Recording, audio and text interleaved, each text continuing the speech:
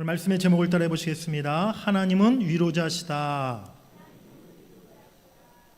오늘부터 주일 낮예배 시간에 느헤미야서 말씀을 함께 나누고 또 설교하려고 합니다. 먼저 느헤미야가 등장하는 그 시대의 배경, 역사를 간단하게 설명드리려고 하는데요.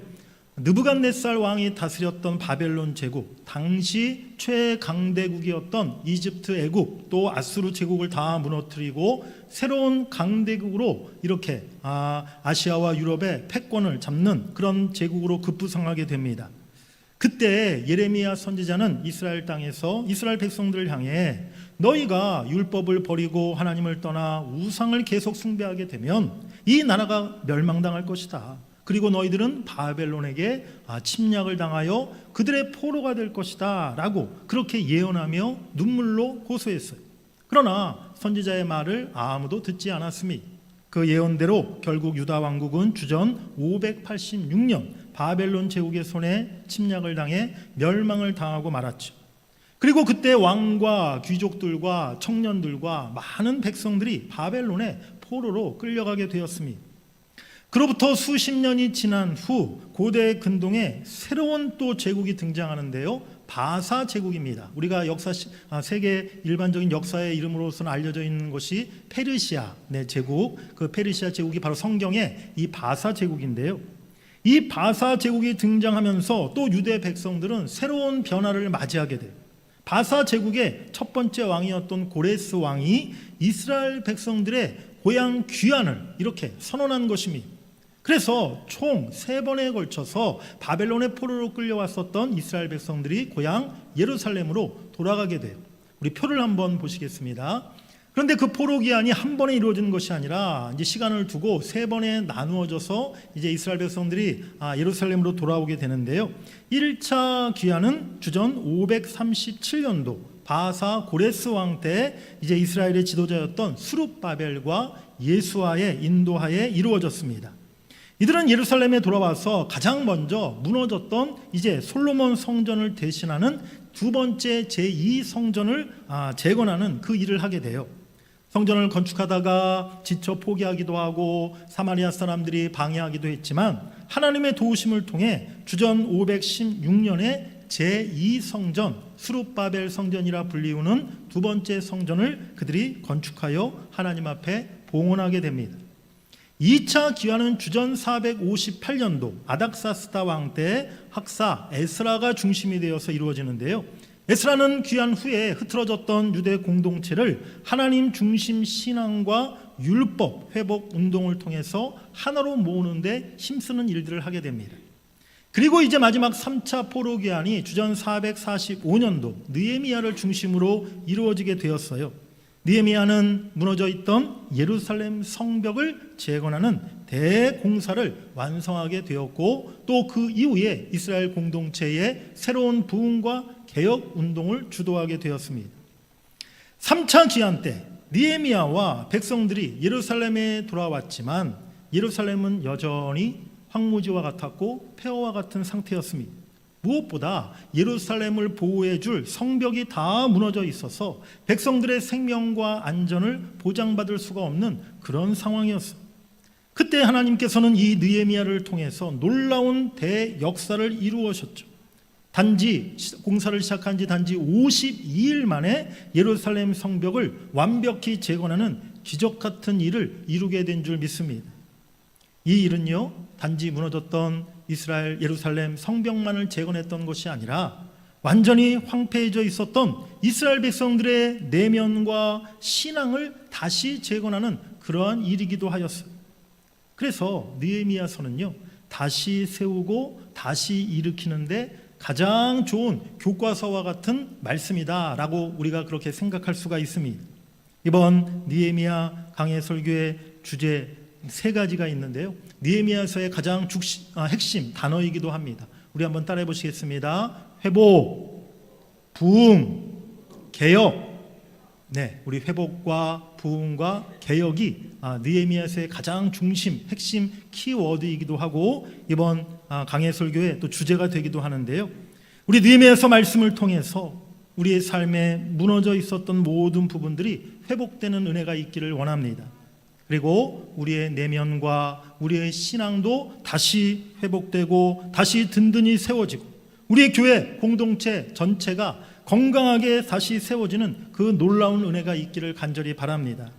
그리고 느헤미야서에 담겨있는 진정한 부흥과 개혁의 의미가 무엇인가를 깨달아서 우리 신앙과 우리 교회가 더욱 하나님이 기뻐하시는 그런 모습으로 나아갈 수 있기를 간절히 원합니다. 느헤미야는 참 암울했던 시대, 영적으로 황폐했던 시대에 활동했던 사람이었는데요. 그는 고비마다 하나님의 능력의 손을 붙들었던 하나님의 손에 그 하나님의 그 능력에 힘입었던 그런 삶을 살았던 사람이었어요. 느헤미야 우리 6장 9절 말씀을 먼저 같이 읽어보시겠습니다. 이는 그들이 다 우리를 두렵게 하고자 하여 말하기를 그들의 손이 피곤하여 역사를 중지하고 이루지 못하리라 함이라. 이제 내 손을 힘입게 하소서 하였노라. 아멘. 올해 이제 1월을 시작하면서 특별히 느헤미야서 말씀을 통해 우리가 다시 회복되고 다시 부흥하고 다시 새로워지기를 소망하는데요. 하지만 분명히 우리가 한 해를 살아가면서 우리가 말씀을 듣고 이 말씀대로 살아가기를 힘쓰지만 때로는 분명히 지치고 피곤하고 또 낙심될 때가 있을 거예요. 또 말씀대로 살지 못해서 포기하고 싶을 때도 있을 거예요. 그때 방금 읽은 느헤미야서 6장 9절 말씀을 떠올리시기 바랍니다. 하나님, 내 손을 힘있게 해 주시옵소서. 주의 능력의 손으로 나를 다시 붙들어 주시옵소서. 그리할 때 우리가 끝까지 이 느헤미야서 말씀을 우리가 마음에 끝까지 새기고 또 이 말씀을 그대로 우리의 삶으로 살아낼 수 있게 될 줄 믿습니다. 회복과 부흥을 소망하며 또 다시 하나님 앞에 우리가 참으로 힘있게 일어설 수 있는 부흥의 날을 소망하며 그렇게 느헤미야서 말씀을 통해 함께 위로받고 또 기쁨과 능력을 얻으시는 여러분들이 되시기를 주의 이름으로 간절히 축복합니다. 우리 첫 번째로 따라해 보시겠습니다. 이름값하며 사는 사람. 우리 본문 1절을 다시 한번 같이 읽겠습니다. 하가랴의 아들 느헤미야의 말이라. 아닥사스다 왕 제20년 기슬로월에 내가 수산궁에 있는데. 앞서서 말씀드린 것처럼 주전 445년 아닥사스다 왕 때 이스라엘은 느헤미야의 인도로 세 번째 이제 포로 귀환을 하게 되는데요. 아닥사스다 왕은요 아하수에로 왕의 아들이었던 사람이에요. 아하수에로 왕의 왕비가 우리가 잘 아는 여인 에스더이기도 하죠. 느헤미야는 과연 어떤 사람이었을까요? 오늘 본문에 하가랴의 아들이라고 이렇게 먼저 소개하고 있습니다. 느헤미야는요 부모 때 바벨론의 포로로 와서 바벨론에서 태어난 바벨론 포로 2세에 해당하는 사람이었어요. 조국을 빼앗기고 이방 민족의 포로가 되어서 낯선 이방 땅에서 살아야 했던 그 부모의 삶의 환경, 또 느헤미야가 태어났을 때부터 자라왔던 환경이 결코 쉽지 않았을 것입니다. 느헤미야의 아버지였던 하가랴, 그 이름의 뜻이 무엇이냐면 여호와께서 괴롭히다라는 그러한 뜻의 이름을 가진 사람이었어요. 하나님의 언약 백성들이 이방 민족의 포로가 되어서 살아야 했던 그 고통과 그 눈물의 세월을 너무나 잘 표현해주고 있는 그 이름 아니겠습니까? 나라를 빼앗기고 하나님을 마음대로 예배할 수조차 없었던 그 어둠의 세월 속에서 아마도 많은 유대인들은 이제 우리를 향했던 하나님의 은혜, 하나님의 사랑이 다 끝이 난 건 아닌가? 라는 그러한 절망감을 가졌을 거예요. 하지만 느헤미야의 아버지 하가랴는요 바벨론 땅에서 태어난 아들에게는 느헤미야라는 그러한 이름을 지어줬어요. 느헤미야, 그 이름의 뜻이 무엇이냐면 여호와께서 위로하셨다, 하나님이 위로자시다라는 그런 뜻을 갖고 있는 이름이었다는 것이죠. 언약의 하나님을 바라보면서 하나님의 위로를 기다렸던 것입니다. 하나님의 언약은 결코 변함이 없으시다. 하나님께서 반드시 우리 이스라엘을 하나님이 위로해 주실 것이다. 하나님의 그 긍휼의 은혜가 다시 임할 것이다. 그 확신과 믿음이 하가랴에게 있었다는 것입니다. 사랑하는 여러분들, 오늘 우리 모두에게도 하나님의 크신 위로의 은혜가 임하기를 원합니다. 특별히 오늘 이 땅, 우리 대한민국 이 땅의 모든 백성들에게 정말 하나님의 위로가 필요한 때가 아닌가 생각합니다. 하나님께서 이 땅에 또 이 땅의 모든 백성들에게 크신 위로하심, 크신 긍휼의 은총을 베풀어 주시기를 간절히 소망합니다. 하나님이 우리들의 위로자가 되어야 주셔야 하고요, 또 우리가 다른 이들의 위로자가 되어줄 수 있는 삶을 살아야 한다는 것이죠. 오늘 하가라의 그 소망과 믿음대로 하나님은 아들 느헤미야를 통해 위로의 은혜를 베풀어 주셨어요. 오늘 본문 1절에 보니까 느헤미야가 어디에 있다라고 말씀하고 있습니까? 수산궁에 있었다라고 말씀하고 있어요. 수산궁, 왕궁이죠. 바사제국의 3대 수도 중에 하나였는데 가장 큰 왕궁이었습니다. 느헤미야는 그 왕궁에서 매우 중요한 지위를 차지하고 있었어요. 뒤에 1장 11절에 보니까 느헤미야는 왕의 술 관원장의 직책을 수행하고 있었음을 알 수가 있습니다. 이 술 관원장이라는 것은요, 왕의 가장 가까이에서 왕을 섬기는 일이었기 때문에 왕에게 가장 신뢰를 받는 그런 사람이 임명되었던 거예요. 그렇기 때문에 당연히 큰 권력과 지위가 뒤따르는 그러한 위치였다는 것이죠. 지금으로 말하면 아마도 대통령 비서실장 정도의 지위에 해당하는 그 자리에 느헤미야가 올라가 있었던 것입니다. 여러분 한번 생각해 보시기 바랍니다. 내가 만약에 그 당시 바사제국의 느헤미야였다, 내가 지금 왕궁의 비서실장이 되었다, 한번 여러분들 생각해 보시기 바라요. 어떤 마음이 들었겠습니까? 내가 어릴 때부터 바벨론 포로, 우리 아버지 때부터 포로로 이렇게 바벨론에 와가지고 나는 어릴 때부터 포로 2세로 이렇게 자라면서 내가 참 많은 이 수모와 고생과 노력 끝에 이제 이렇게 출세해서 이 자리까지 올라왔는데 이제 저 지긋지긋한 유대인이라는 그 딱지를 좀 띄워버렸으면 좋겠다.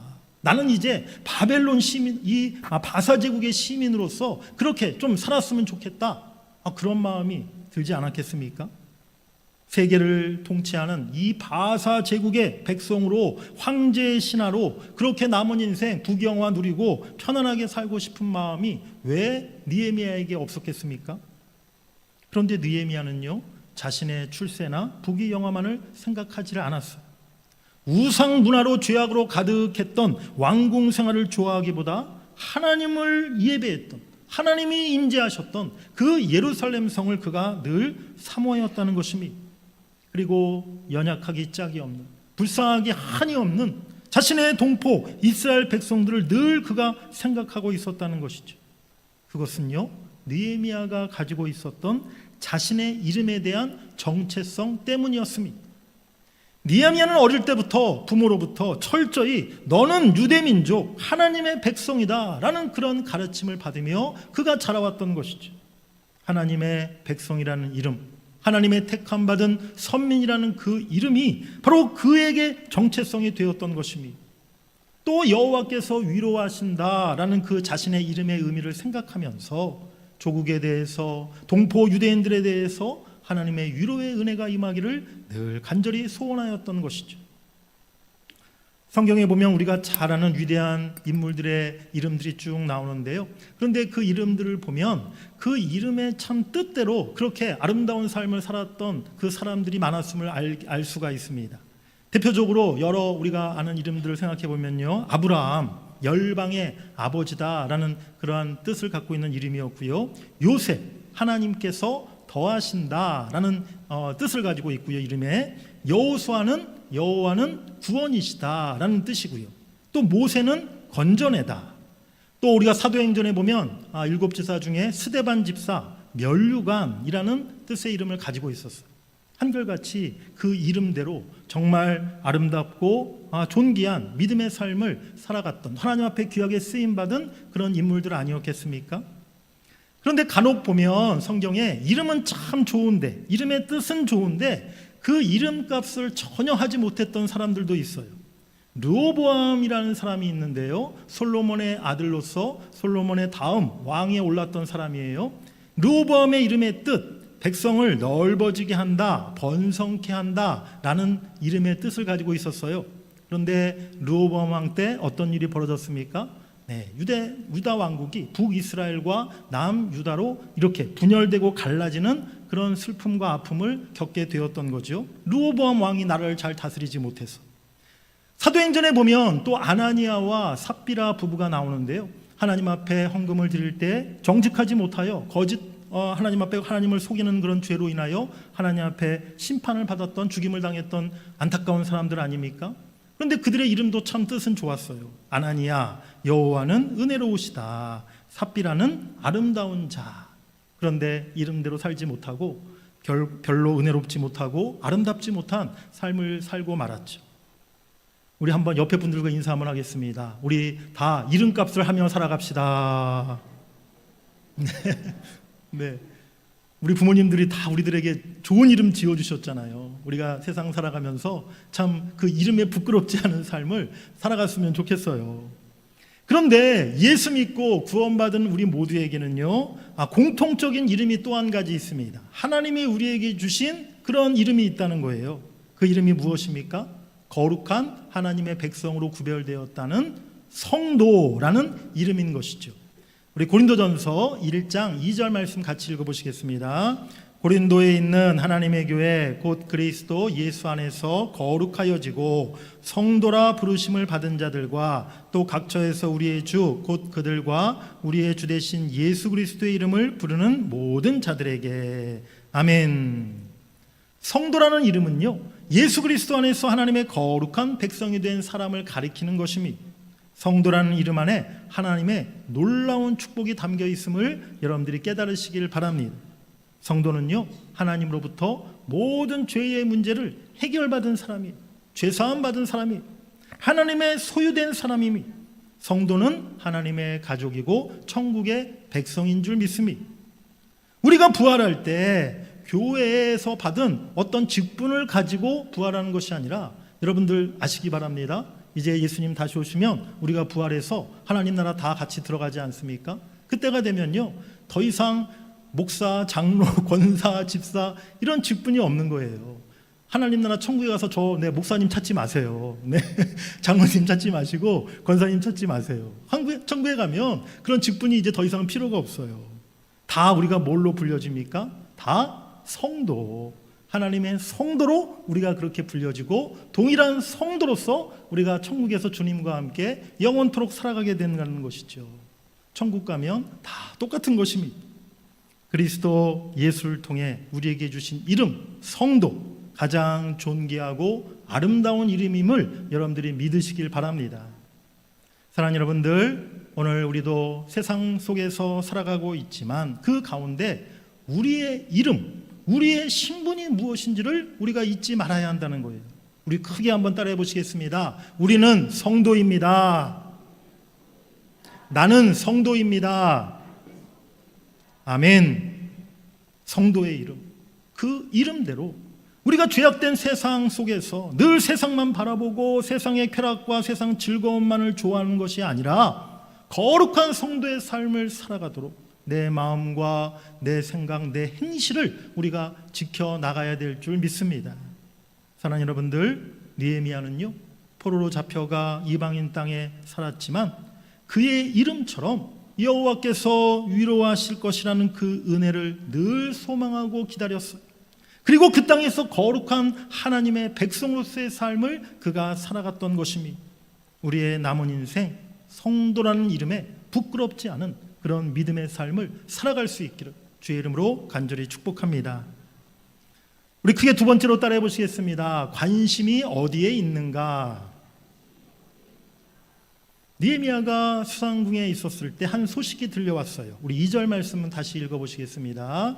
내 형제들 가운데 하나인 하나니가 두어 사람과 함께 유다에서 내게 이르렀기로 내가 그 사로잡힘을 면하고 남아있는 유다와 예루살렘 사람들의 형편을 물은즉, 유대인 출신이었고 느헤미야의 형제 중에 한 사람이었던 하나니가 두어 사람들과 함께 자기 고향 예루살렘을 다녀왔던 거예요. 느헤미야는 늘 관심이, 늘 마음이 예루살렘을 향하고 있었기 때문에 하나니가 갔다 오자마자 불러서 그에게 물었어요. 예루살렘과 그곳에 있는 백성들의 형편이 어떠하냐라고 이렇게 물었던 거죠. 그런데 하나니 일행으로부터 너무나 가슴 아프고 충격적인 소식을 전해 듣게 됩니다. 우리 3절 말씀을 읽어보시겠습니다. 시작. 그들이 내게 이르되 사로잡힘을 면하고 남아있는 자들이 그 지방 거기에서 큰 환난을 당하고 능욕을 받으며 예루살렘 성은 허물어지고 성문들은 불탔다 하는지라. 아멘. 고향에 남아있는 백성들이 고난과 환난을 겪고 있다는 가슴 아픈 소식이었어요. 예루살렘 성벽이 다 허물어지고 다 불타 없어졌기에 이제 그 주변에 있던 이방 족속들이 시도 때도 없이 예루살렘 안을 들락날락하면서 남아있던 백성들을 괴롭히고 침략하고 약탈하고 있었던 것이었죠. 느헤미야는 어릴 적부터 부모들을 통해 들었던 조국 예루살렘에 대한 이야기, 그것을 마음에 늘 기억하고 있었어요. 내 조상들의 섬겼던 그 하나님, 그 하나님을 섬기며 예배했던 그 예루살렘의 아름다운 성전, 그 영광의 날로 하나님께서 반드시 돌아가게 하실 것이라는 그 말씀, 그 예언의 말씀을 늘 이 느헤미야는 배웠고 또 기억하며 자라왔던 것입니다.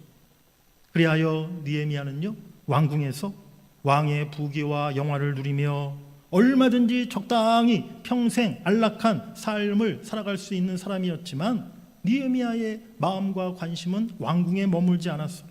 늘 이스라엘 고향 땅 예루살렘 성전이 있었던, 하나님을 예배했던 그곳을 늘 그가 바라보고 있었던 것입니다. 그렇기 때문에 하나님을 모시고 예배해야 하는 예루살렘 성이 파괴되고 무너져 있다는 그 소식에 누구보다 가슴 아파하고 슬퍼했던 것이죠.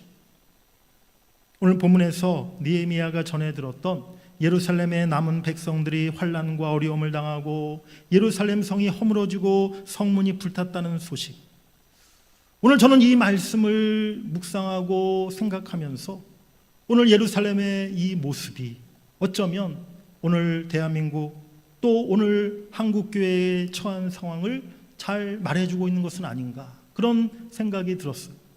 오늘 이 땅에도 참 많은 환난과 어려움이 참 있지 않습니까? 많은 국민들이, 지금 많은 백성들이 어려움을 겪고 있지 않습니까? 한국교회가 지금 너무나 심각한 위기를 만나고 있지 않습니까? 무엇보다 우리 한국교회를 생각하면 참 가슴 아픈 일들이 많아요. 부흥의 불길이 점점 약해져 가고 있습니다. 세상을 향한 우리 기독교의 영향력은 너무나 지금 힘을 잃어가고 있어요. 자유주의, 인본주의 신앙이 세속화의 물결이 한국교회를 휩쓸고 있습니다.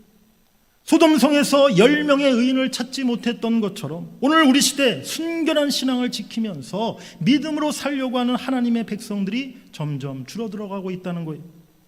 말씀의 절대 권위가 힘을 잃고 말씀을 인간적인 잣대로 판단하고 해석합니다.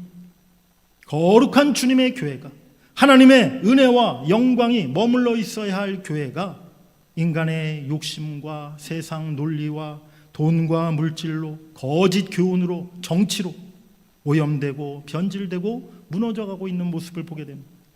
지금 한국교회가 마치 예루살렘 성벽처럼 허물어져 가고 있다는 것이죠.